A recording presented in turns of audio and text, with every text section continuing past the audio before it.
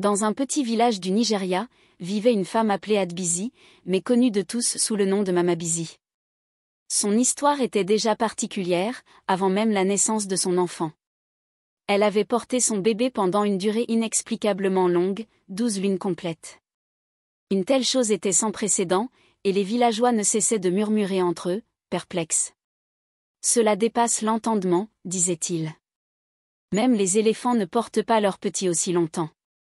L'étonnement laissa rapidement place à la peur et à la superstition, car dans ce village, tout ce qui sortait de l'ordinaire était vu comme un signe des esprits.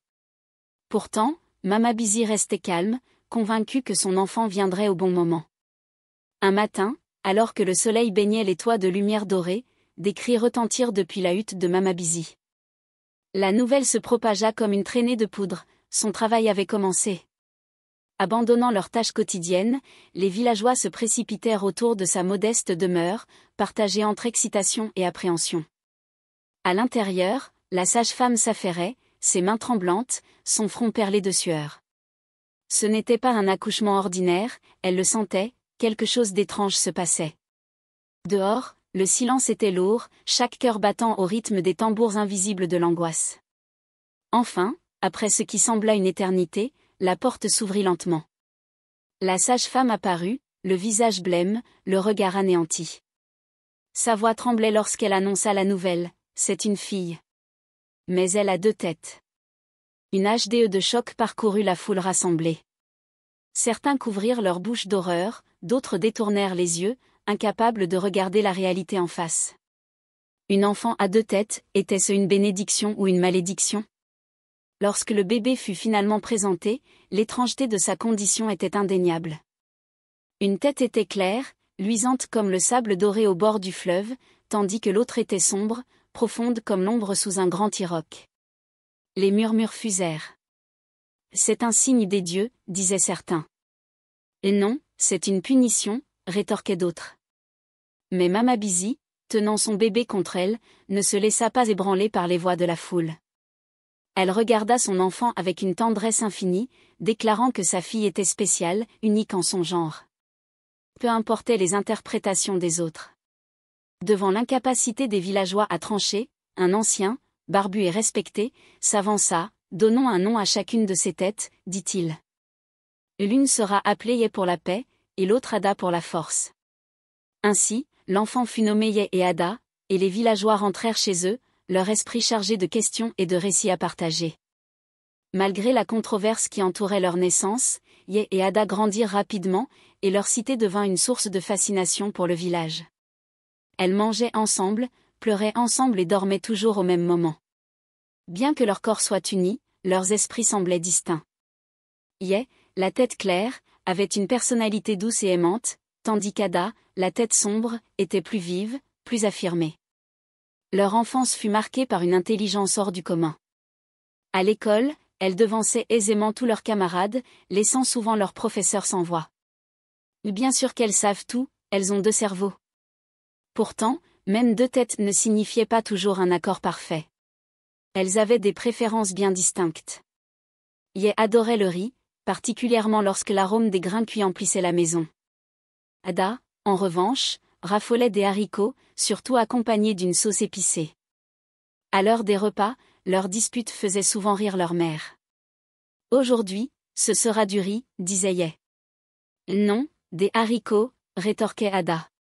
Finalement, Mamabizi tranchait toujours avec sagesse, un jour l'un, un jour l'autre. Ces petites querelles se retrouvaient également dans leur goût pour les couleurs. Yé préférait les vêtements jaunes, lumineux et éclatants, tandis qu'Ada penchait pour le rouge intense et passionné. Mais malgré leurs divergences, elles trouvaient toujours un compromis, choisissant tour à tour l'une puis l'autre. Les villageois, fascinés par cette dualité dans une même personne, les regardaient avec admiration et curiosité. Les 2 têtes, mais un seul corps, murmurait-il. Même si elles se disputent, elles n'ont pas d'autre choix que de s'entendre. Et c'était vrai, leur lien était indissociable, comme les racines d'un baobab profondément ancré dans la terre. Au fur et à mesure qu'elles grandissaient, leur beauté et leur sagesse devenaient de plus en plus évidentes. Pourtant, au moment où d'autres jeunes femmes étaient demandées en mariage, Yé et Ada faisaient face à une barrière inattendue. Les hommes, bien que charmés par leur intelligence et leur allure, hésitaient. Comment peut-on épouser deux têtes, se demandait-il. C'est comme avoir deux femmes dans un seul corps. Malgré les murmures et les regards hésitants, Yé et Ada resta de fiers. Mama Busy, toujours leur soutien inébranlable, les rassurait, le bon homme viendra, mes filles. Soyez patientes. Mais dans leur cœur, les sœurs savaient que leur chemin serait différent, semé d'obstacles qu'elles seules pouvaient comprendre. Les années passèrent, et comme l'avait prédit Mama Busy, des prétendants finirent par se présenter. Le premier à tenter sa chance fut Shijiok, un homme grand et sûr de lui, au rire puissant et à la voix grave. Il avait une prestance qui ne passait pas inaperçue, attirant facilement l'attention. Ada fut immédiatement séduite, ses yeux sombres brillaient d'admiration chaque fois qu'il parlait. « C'est lui, murmura-t-elle, à fait, il est fort beau et intrépide. » Mais Yé resta méfiante. Elle trouvait Shijiok trop bruyant, trop imposant. « Je ne suis pas sûre de l'aimer, » répondit-elle en fronçant les sourcils. Malgré ses réserves, elle finit par céder face à l'enthousiasme d'Ada, qui était convaincue qu'il était l'homme qu'il leur fallait. Shijiok entama sa cour avec assurance. Il apportait des cadeaux, du vin de palme sucré et racontait des histoires de ses exploits. Ada buvait chaque mot, son admiration pour lui ne cessant de croître. Mais Yé restait distante, observant silencieusement, son cœur lourd de doutes. Le mariage fut somptueux, avec des danseurs, des tambours et un grand festin qui rassembla tout le village. Les bénédictions pleuvaient, et Mama Busy, bien que légèrement inquiète, souriait à travers ses larmes, espérant que cette union apporterait du bonheur à ses filles. Au début, tout semblait aller pour le mieux. Ada riait aux éclats aux blagues de Shijiok, et sa force la faisait se sentir en sécurité. Mais Yé ne trouvait aucune joie dans cette union, elle trouvait Shijiok insupportable, son rire trop fort, ses histoires trop vantardes. « Il ne fait que te plaire à toi, Ada », se plaignait-elle un jour. « Il ne se soucie pas de ce que je veux. » Les tensions commencèrent à monter, et les disputes devenaient de plus en plus fréquentes. Shijiok essayait de satisfaire les deux, mais il semblait impossible de contenter Yé. La situation atteignit son paroxysme une nuit, lorsqu'elle déclara qu'elle ne pouvait plus supporter cette vie. Après seulement 1 an, le mariage s'effondra. Shijiok, épuisé et incapable de trouver un terrain d'entente entre les deux sœurs, quitta la maison, le cœur lourd. D'effet, les murmures du village se firent plus bruyants. « Nous savions que cela finirait ainsi, » disait-il. « 2 têtes, un corps, c'est une malédiction. » Mais Yé et Ada refusèrent de se laisser abattre. Ada essaya de réconforter sa sœur, murmurant que le prochain homme serait peut-être meilleur. Elles retournèrent chez leur mère, portant en elles l'espoir d'un futur plus heureux.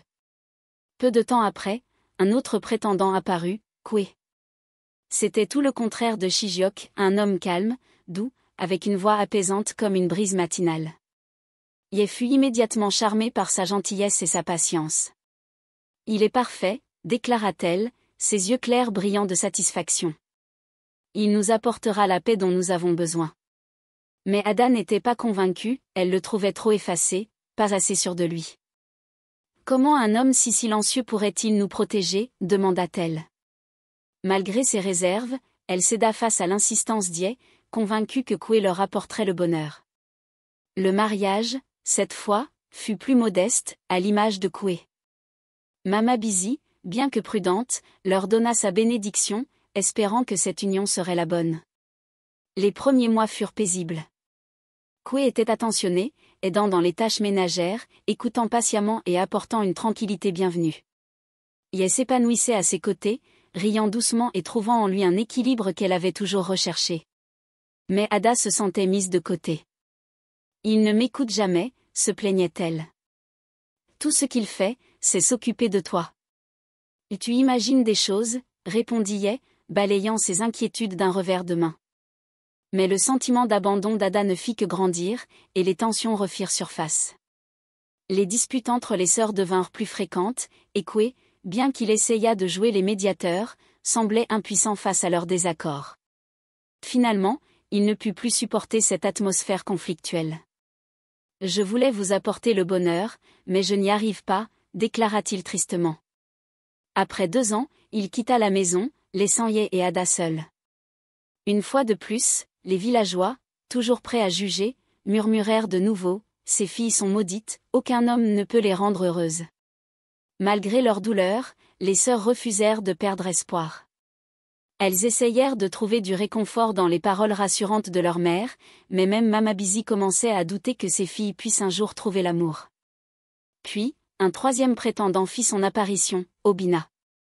Un marchand itinérant arriva au village, portant avec lui des sacs remplis de marchandises exotiques et des histoires captivantes de terres lointaines.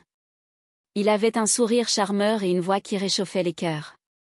Lorsqu'il posa ses yeux sur Ye et Ada, il fit un compliment qui les fit toutes deux sourire. « 2 têtes, 2 fois plus de beauté, dit-il en riant.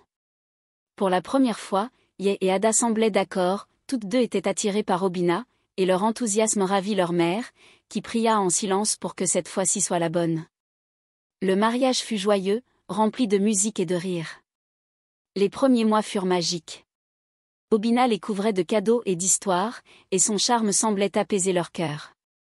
Mais peu à peu, les jalousies refirent surface.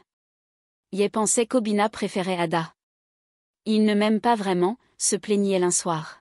« Il ne regarde que toi. » « Ce n'est pas vrai », rétorqua Ada, agacée.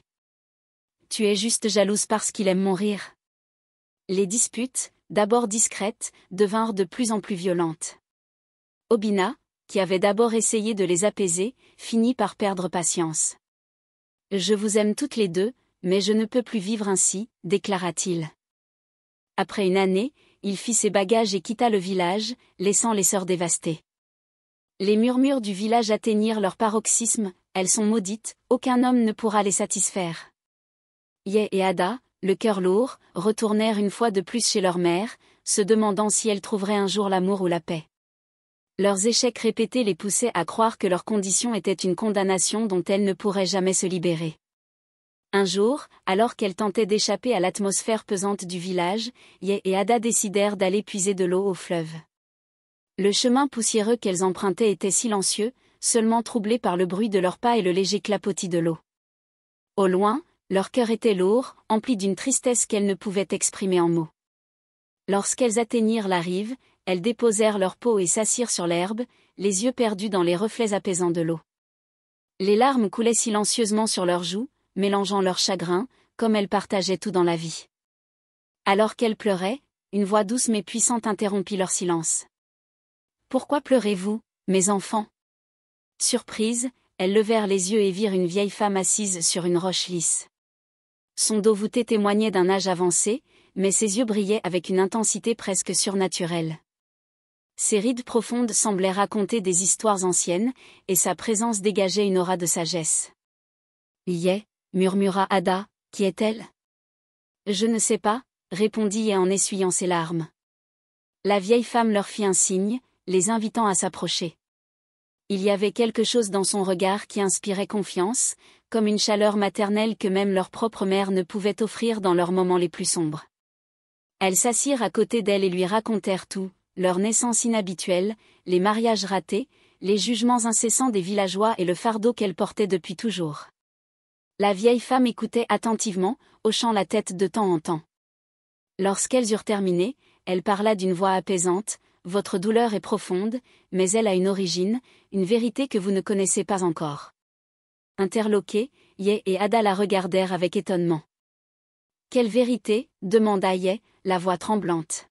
« Retournez voir votre mère, » répondit la vieille femme. « Elle détient un secret qu'elle a gardé enfoui depuis trop longtemps. Il est temps qu'elle vous le révèle. » Avant qu'elle ne puisse poser plus de questions, la vieille femme se leva avec grâce et se dirigea vers l'eau. En quelques instants, elle disparut, ne laissant derrière elle que des ondulations sur la surface tranquille du fleuve. Ébranlées mais résolues, Ye et Ada ramassèrent leur pot d'eau et rentrèrent chez elles, leur esprit tourmenté par les paroles de la vieille femme. Elles trouvèrent leur mère occupée à préparer le dîner, mais l'urgence dans leur voix fit tomber la cuillère en bois qu'elle tenait. « M, nous devons parler, » dit Ye, les yeux remplis de détermination. Ada poursuivit. Une vieille femme au fleuve nous a dit que tu gardais un secret, quelque chose à propos de ta grossesse. La couleur quitta le visage de Mama-Bisi, et ses mains, d'habitude si assurées, tremblaient alors qu'elle s'asseyait lentement sur un tabouret. Pendant quelques instants, elle resta silencieuse, le regard fixé sur le feu. Finalement, elle prit une profonde inspiration. Ce n'est pas une histoire que j'ai voulu partager, mais peut-être est-il temps, commença-t-elle à raconter. Un jour lointain, pendant ma grossesse, c'était une journée étouffante. La chaleur pesait lourdement sur le village. En revenant du marché, épuisée et assoiffée, j'ai cédé à la tentation de boire au fleuve. Mais il y avait une règle stricte, les femmes enceintes ne devaient pas s'approcher de l'eau en plein après-midi, car on disait que les esprits du fleuve étaient particulièrement actifs à cette heure-là. Alors que je me penchais pour boire, une main glaciale s'était posée sur mon épaule. En levant les yeux, j'avais vu une figure imposante, la rivière personnifiée sous la forme d'une femme majestueuse. « Tu as brisé les lois », avait-elle tonné. « Pour cela, tu seras puni. » Cette punition, c'était la fusion de mes jumelles en un seul corps avec 2 têtes. Les larmes coulaient sur mes joues tandis que je terminais mon récit. « Je pensais pouvoir vous protéger de cette vérité, » murmura-t-elle, « mais je vois maintenant que je vous ai condamné à porter ce fardeau seul. » Yé et Ada restèrent silencieuses, le choc de cette révélation pesant lourdement sur leur cœur. Mais Ada fut la première à briser le silence. « Nous devons retourner au fleuve. Nous devons parler à l'esprit. » Et d'accord, dirent-elles à l'unisson, leur regard désormais empreint de détermination. Elles retournèrent au fleuve, et comme elles l'avaient espéré, la vieille femme était là, attendant dans l'ombre du crépuscule. « Vous savez maintenant, dit-elle. »« Oui, répondit Yé, M.A.M. nous a tout raconté. »« La malédiction peut-elle être levée ?» La vieille femme hocha la tête. « Oui, mais cela demandera un grand sacrifice. » Ada, le cœur battant, demanda, « Quel genre de sacrifice ?»« Vous le saurez en temps voulu. Retournez au village et rassemblez votre communauté. S'ils acceptent de participer, la malédiction pourra être levée. Sinon, vous resterez ainsi pour toujours. » De retour au village, les sœurs racontèrent leur histoire aux anciens et expliquèrent ce que la vieille femme avait dit. Les villageois étaient partagés. Certains murmuraient que les offrandes demandées étaient trop coûteuses, d'autres voyaient cela comme une chance de libérer les sœurs, par extension, le village entier, de cette malédiction. Finalement, l'un des anciens se leva et déclara qu'il devait agir. Pendant 7 jours, des offrandes furent apportées au fleuve, des ignames, de l'huile de palme, des poulets, des chèvres, tout ce que la communauté pouvait offrir.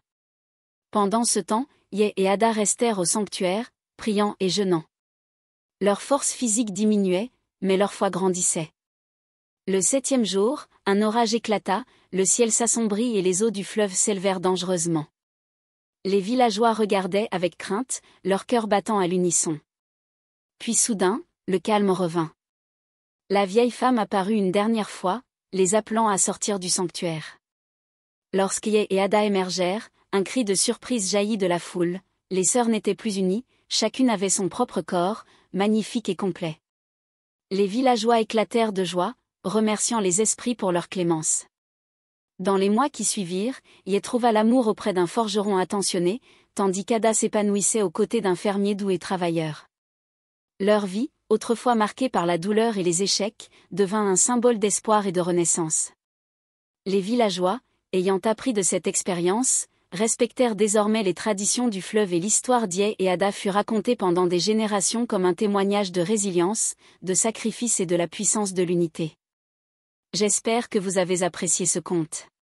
Si c'est le cas, n'hésitez pas à aimer la vidéo, à la partager avec votre famille et vos amis, à laisser un commentaire et surtout à vous abonner à la chaîne et activer la cloche de notification pour découvrir d'autres récits enchanteurs comme celui-ci. Au revoir.